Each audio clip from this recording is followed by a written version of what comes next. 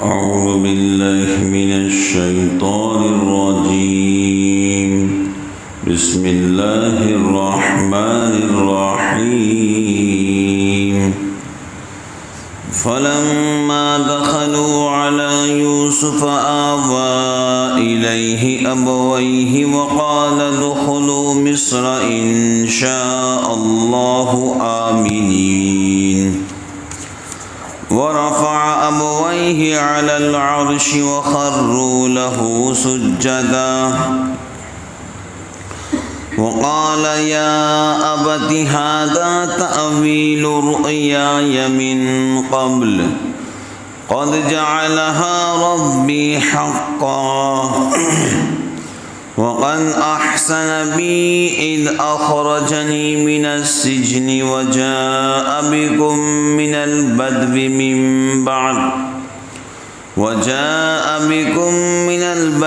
من بعد أن نزغ الشيطان بيني وبين إخوتي إن ربي لطيف لما يشاء إنه هو العليم الحكيم.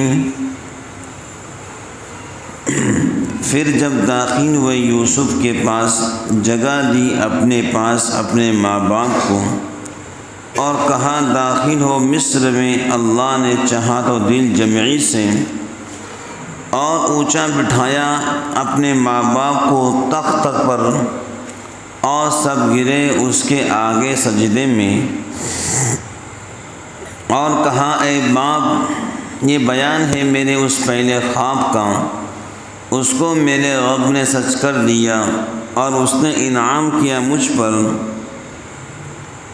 جب مجھ کو نکالا قید خانے سے اور تم کو لے آیا گاؤں سے، بعد اس کے کہ جھگڑا ڈال چکا تھا شیطان مجھ میں اور میرے بھائیوں میں.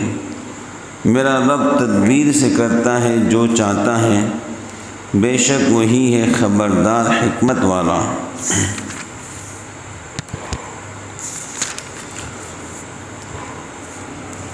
اللہ تعالیٰ کی طرف سے جب وقت آتا ہے تو ساری چیزیں خود بخود ہونے لگتی ہیں. حضرت یوسف علیہ السلام نے اپنے آپ کو ظاہر کر دیا اور والد صاحب کو بھی خبر ہوگی کہ یوسف جو ہیں زندہ ہیں. اب بھائیوں نے کہا ابا حضور،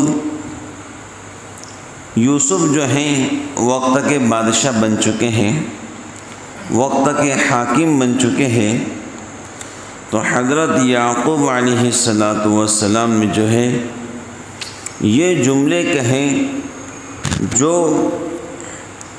ہر باپ کو اس جملے کی فکر ہونا چاہیے. یعقوب علیہ السلام نے یہ کہا کہ میرے بچوں، میں یہ نہیں پوچھتا کہ یوسف بادشاہ بن چکے ہیں، یوسف حاکم بن چکے ہیں، بلکہ میں یہ پوچھتا ہوں کہ یوسف کون سے دین پر ہے. تب بھائیوں نے کہا ابا حضور، یوسف تو مذہب اسلام پر ہے، نبی اور پیغمبر بن چکے ہیں، اور نبی اور پیغمبر کے ساتھ ساتھ اللہ نے انہیں علم بھی عطا فرمایا اور بادشاہی بھی عطا فرمائی. تب یعقوب علیہ السلام کی آنکھوں کو ٹھنڈک ملی کہ الحمدللہ خاندان ابراہیم کا چشم چراغ اپنے باپ دادا کے دین پر ہے. یہ ہر باپ کو فکر ہونا چاہیے کہ میرا بچہ کتنا دینداری پر ہے.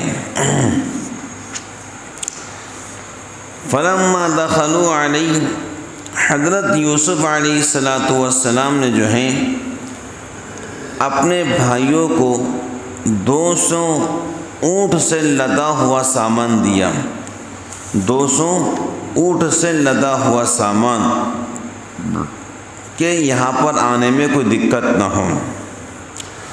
بعض روایت میں ہے کہ یوسف علیہ السلام نے اس مرتبہ اپنے بھائیوں کے ساتھ 200 اونٹوں پر لدا ہوا بہت سا سامان، کپڑوں اور جتنی ضرورت ہوتی ہے سامان سفر کے اندر اتنا سامان بھیجا تاکہ پورا خاندان مصر آنے کے لیے عمدہ تیاری کر سکیں۔ اس کے مطابق یعقوب علیہ السلام اور ان کی اولاد اور تمام متعلقین مصر کے لیے تیار ہو کر نکلے۔ تو ایک روایت میں ہے کہ ان کی تعداد 72 تھی۔ کتنی تھی؟ 72۔ اور ایک روایت میں ہے کہ ان کی تعداد 93 تھی۔ کتنی تھی؟ 93۔ کنعان سے جب نکلے تھے 72 تھے یا 93۔ دوسری طرف جب مصر پہنچنے کا وقت قریب آیا تو حضرت یوسف علیہ السلام اور ملک مصر کے لوگ استقبال کے لیے شہر سے باہر تشریف لائے۔ یوسف علیہ السلام پورے لاؤ لشکر کے ساتھ میں شہر سے باہر تشریف لائے اور 4000 سپاہی کے ساتھ اپنے باپ کو سلامی پیش کی۔ کتنے؟ 4000 سپاہیوں کے ساتھ یوسف علیہ السلام ملک مصر کے شہر سے باہر نکلے اور اپنے باپ کو سلامی پیش کی۔ جب یہ حضرات مصر میں یوسف علیہ السلام کے مکان میں داخل ہوئے تو یوسف علیہ السلام نے اپنے ماں باپ کو اپنے پاس ٹھہرایا اپنے خاص کمرے کے اندر۔ بس سمجھ گئے؟ یہاں ذکر والدین کا ہے، حالانکہ یوسف علیہ السلام کی والدہ کا بچپن میں انتقال ہو گیا تھا، مگر ان کے بعد یعقوب علیہ السلام نے مرحومہ کی بہن لیا سے نکاح کر لیا تھا۔ حضرت یعقوب علیہ السلام نے یوسف علیہ السلام کی خالہ سے نکاح کر لیا تھا۔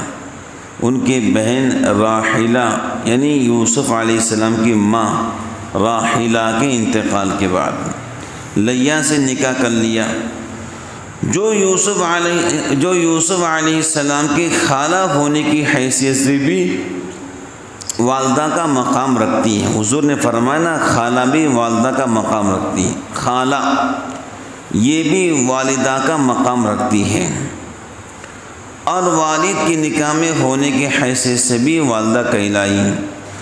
وقال ادخلوا مصر انشاءاللہ آمینین۔ یوسف علیہ السلام نے سب خاندان کے لوگوں سے کہا، آپ سب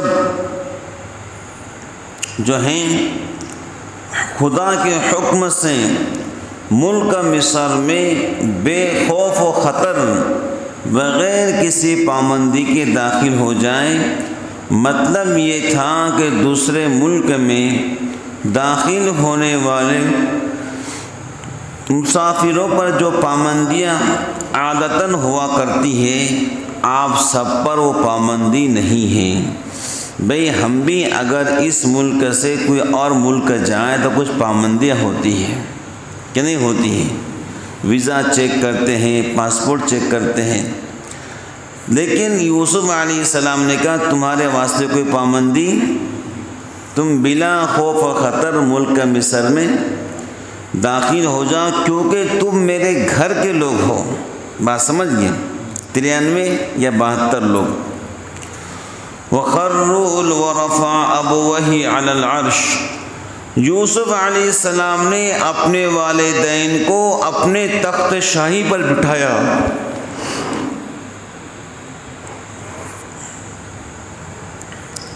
یوسف علیہ السلام نے اپنے والدین کو تخت شاہی جس پر آپ بیٹھا کرتے تھے اور فیصلے کیا کرتے تھے، اس پر اپنے ماں باپ کو بٹھایا۔ وَخَرُّوا لَهُ سُجَّدًا، یعنی والدین اور سب بھائیوں نے یوسف علیہ السلام کو سجدہ کیا۔ جو یوسف نے خواب دیکھا تھا 11 ستارے، چاند اور سورج مجھے سجدہ کر رہے ہیں، اس خواب کو اللہ نے 40 سال کے بعد پورا کیا۔ کب پورا کیا بولو؟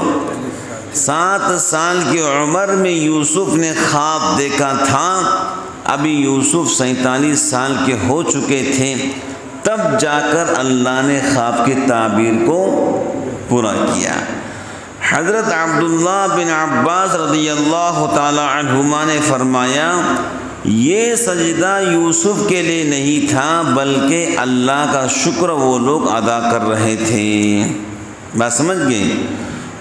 بعض حضرات نے فرمایا سجدہ عبادت تو ہر پیغمبر کی شریعت میں ناجائز رہا، سجدہ عبادت ہر پیغمبر کی شریعت میں حرام رہا۔ کس کے لیے؟ مخلوق کے لیے۔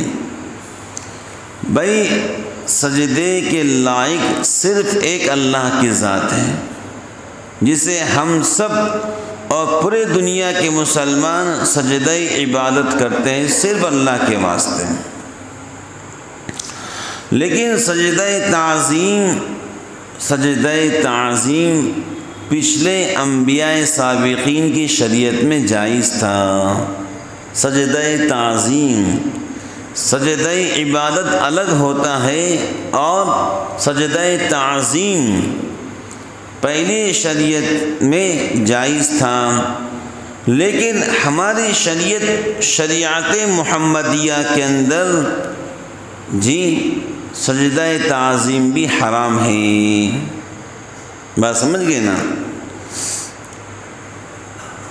وقال یا ابت ھذا تأویل رؤیای من قبل۔ پہلے ایک بات سمجھ لو، بعض انبیاء کی امت پر 2 مہینے کے روزے تھے، تو بولو ہم کتنے روزہ رکھتے ہیں؟ 1 مہینے کا۔ پچھلے انبیاء سابقین کے شریعت میں جن کو روزہ ہوتا وہ باتیں نہیں کرتے، جو باتیں کریں گا روزہ ٹوٹ جائیں گا، اور ہماری شریعت میں باتیں کر سکتے ہیں۔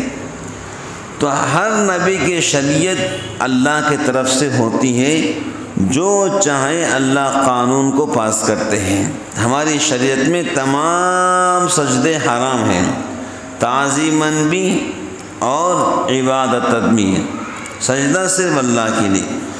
وقال یا ابت ھذا تأویل رؤیای۔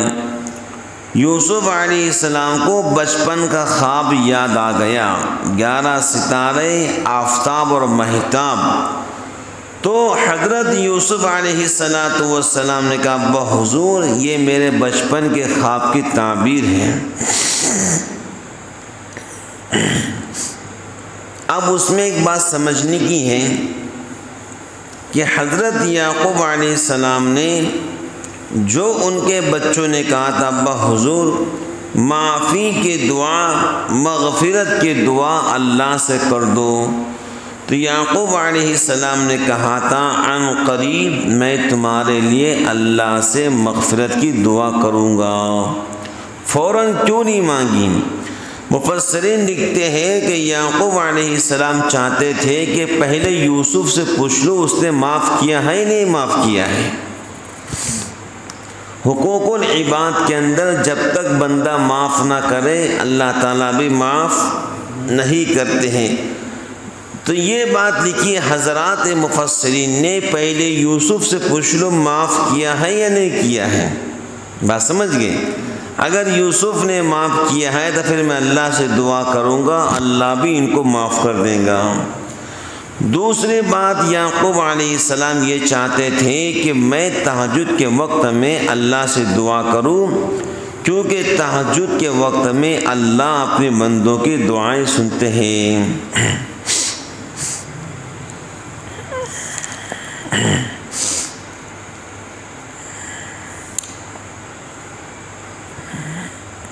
حضرت حسن بصری فرماتے ہیں دیکھو کوئی اگر خوشخبری سنائے تو اس کو کچھ انعام دینا چاہیے۔ بولو کیا دینا چاہیے؟ بولو بھائی، کوئی اگر خوشخبری سنائے تو اس کو کیا کرنا چاہیے؟ انعام دینا چاہیے۔ تو حسن بصری فرماتے ہیں کہ یہودا نے جو قمیص لے کر آیا یوسف علیہ السلام کا، اس نے اپنے بھائیوں سے کہا تھا کہ دیکھو میں ہی وہ یہودا ہوں، جب یوسف کو تم نے کنویں میں ڈالا تھا میں نے ہی باپ کو قمیص دکھایا تھا کہ بھیڑیا نے یوسف کو کھا گیا، اب یہ قمیص بھی میرے پاس دو کہ میں باپ کے چہرے پہ ڈالوں۔ کیا کروں؟ اس وقت میں نے باپ کی بینائی چھین لی تھی، اب میں اس قمیص کے ذریعے باپ کی بینائی واپس لانا چاہتا ہوں۔ تو یہودا نے جو ہیں جیسے قمیص حضرت یعقوب کے چہرے پہ ڈالا روشنی واپس آئی۔ حضرت یعقوب چاہتے تھے کہ میں کچھ انعام دوں، لیکن انعام دینے کے لیے ان کے پاس پیسے نہیں تھے۔ 7 دن سے ان کے گھر میں روٹی نہیں بنی تھی۔ اب جس گھر میں 7 دن سے روٹی نہ بنی ہو اس گھر میں پیسے کہاں ہو سکتے ہیں؟ تو یعقوب علیہ السلام نے کہا یہودا میں تو انعام دینا چاہتا ہوں لیکن ہمارے گھر کے چولہے بند ہیں، لہٰذا میں دعا کرتا ہوں کہ اللہ تعالیٰ تم پر سکرات کی موت کو آسان کرے۔ کیا کہا؟ میں دعا کرتا ہوں اللہ تم پر سکرات کی موت کو آسان کرے۔ قرطبی نے فرمایا یہ انعام سے بہتر دعا تھی باپ کی بیٹے کے واسطے۔ بھائی انعام کتنا دیتے ہیں، لیکن دعا ایسی تھی کہ اللہ تم پر سکرات کی موت کو آسان کرے۔ حضرت عبداللہ بن عباس رضی اللہ تعالی عنہما جناب رسول اللہ صلی اللہ علیہ وسلم کی بڑی خدمت کرتے تھے۔ وضو کرتے حضرت تو تولیہ پیش کرتے، چلتے تو جوتا سیدھا کرتے، راستے کی صفائی کرتے، گھر کی خدمت کرتی۔ ایک دن تہجد کی نماز میں حضرت نے وضو کیا، انہوں نے مسواک پیش کیا، تولیہ پیش کیا۔ حضرت نے کہا بچے کہیں میں تیرے واسطے کیا دعا کروں؟ تو کہا حضرت جو چاہیں دعا کرو۔ تو رسول اللہ صلی اللہ علیہ وسلم نے دعا کی اے اللہ میرے اس چچا کے بچے کو قرآن کا علم عطا فرما۔ ایسی دعا قبول ہوئی، ایسی دعا قبول ہوئی کہ وہی عبداللہ بن عباس امام المفسرین کہلائے۔ تفسیر کے اندر انہی کا حوالہ پیش کیا جاتا ہے۔ تو دعا لینے والے بنو، دعا کرانے والے نہیں، دعا لینے والے بنو۔ بولو کیا کرو؟ لوگ آتے ہیں دعا کرو، ارے دعا لینے والے بنو، ایسی خدمت کرو، ایسا دل خوش کرو کہ دل سے دعا نکل جائے۔ دعا کرانا نہیں، دعا لینا۔ بات سمجھ گئی؟ ہاں۔ تو ایک اللہ والے تھے، ان کے گھر مہمان آئے، اب بیچارے پریشان، مہمان آئے تو کھانا کیسے کھلائیں، گھر میں کچھ ہے نہیں۔ تو وہ جو ہے گھر کے صحن میں ٹہلنے لگے کہ کھانے کا وقت ہوا اور کھانا گھر میں نہیں۔ تو ان کے گھر کے سامنے ایک بھٹیار کھانا تھا جہاں پر سالن روٹی ملا کرتی تھی۔ وہ بھٹیاری نے دیکھا یہ اللہ والا کبھی گھر کے صحن میں ٹہلتا نہیں ہے، ہمیشہ اللہ کی یاد میں رہتا ہے، یہ کیوں ٹہل رہے ہیں؟ قریب آئے، حضرت کیا بات ہے کیوں ٹہلتے ہو؟ کہ گھر مہمان آئے ہیں، گھر میں کھانے کے لیے کچھ نہیں، عزت کا مسئلہ ہے۔ کیا کا مسئلہ ہے؟ ہاں، عزت بڑی پیاری چیز ہوتی ہے نا، کا ٹینشن مت لو، جو کچھ اس نے کھانا بنایا تھا لا کر دے دیا، آپ کے مہمان کو کھانا کھلا دو۔ وہ اللہ والوں نے مہمان کو کھانا کھلا دیا، مہمان کھا لیے، بڑے خوش ہوئے اور وہ چلے گئے۔ اب یہ باورچی اللہ والے کے پاس گیا، وہ برتن لینے کے لیے خالی۔ تو اللہ والوں نے کہا کہ تو کیا اپنے واسطے دعا کرانا چاہتا ہے؟ کرا، میں تیرے واسطے اللہ سے دعا کرتا ہوں۔ تو جو چاہے دعا کر، میں تیرے واسطے دعا کرتا ہوں۔ اس نے کہا حضرت ذرا سوچ کے بولو، کہا سوچ ہی کر بول رہا ہوں۔ تب اس نے کہا حضرت یہ دعا کرو کہ اللہ تعالیٰ مجھے بھی آپ جیسا نیک بنا دے۔ یہ دعا کرو کہ اللہ مجھے بھی آپ جیسا بنا دے۔ تو انہوں نے کہا بھائی میں تو بڑی محنت سے یہاں تک پہنچا ہوں، میرا سینہ جس میں معرفت کے انوار اترتے ہیں، بڑی محنت سے پہنچا ہوں کہ حضرت آپ نے وعدہ کیا ہے، کتابوں میں لکھا ہے، انہوں نے دعا کی تو اللہ تعالیٰ نے اس بزرگ کی دعا کے برکت سے اس باورچی کی شکل بھی بزرگ جیسے بنا دی۔ ہاں بھائی، اس باورچی کی شکل بھی بزرگ کے جیسے بنا دی۔ جو بزرگ کے دل میں اللہ کے معرفت کا نور تھا وہ باورچی برداشت نہیں کر پایا، جی وہ برداشت نہیں کر پایا، اس کا سینہ پھٹ گیا اور وہ کلمہ پڑھا، اس کا انتقال ہو گیا۔ تو دعا لینے والے بنو، دعا کرانے والے نہیں۔ اب یہ ہمارے چاچا روز پانی پلاتے ہیں، یہ دعا لے رہے ہیں، کیا کر رہے ہیں بولو؟ ہم جب بھی پانی پیتے دعا کرتے ہیں اللہ ان کو جنت کا پانی پلا۔ یہ ہے کام، دعا لینا، دعا کرانا نہیں، دعا لینے والے بننا۔ تو حضرت یعقوب علیہ السلام نے دعا کی، اللہ میرے بیٹے یہودا پر سکرات کی موت کو آسان فرما۔ بات سمجھ گئے؟ یہ انعام سے بہتر ہے۔ اب جو بچہ انشاءاللہ کل بتائیں گے، جو کچھ کا اللہ مجھے آپ کا عمل کی توفیق عطا فرمائے۔ آمین۔ وآخر دعوانا ان الحمد للہ رب العالمین۔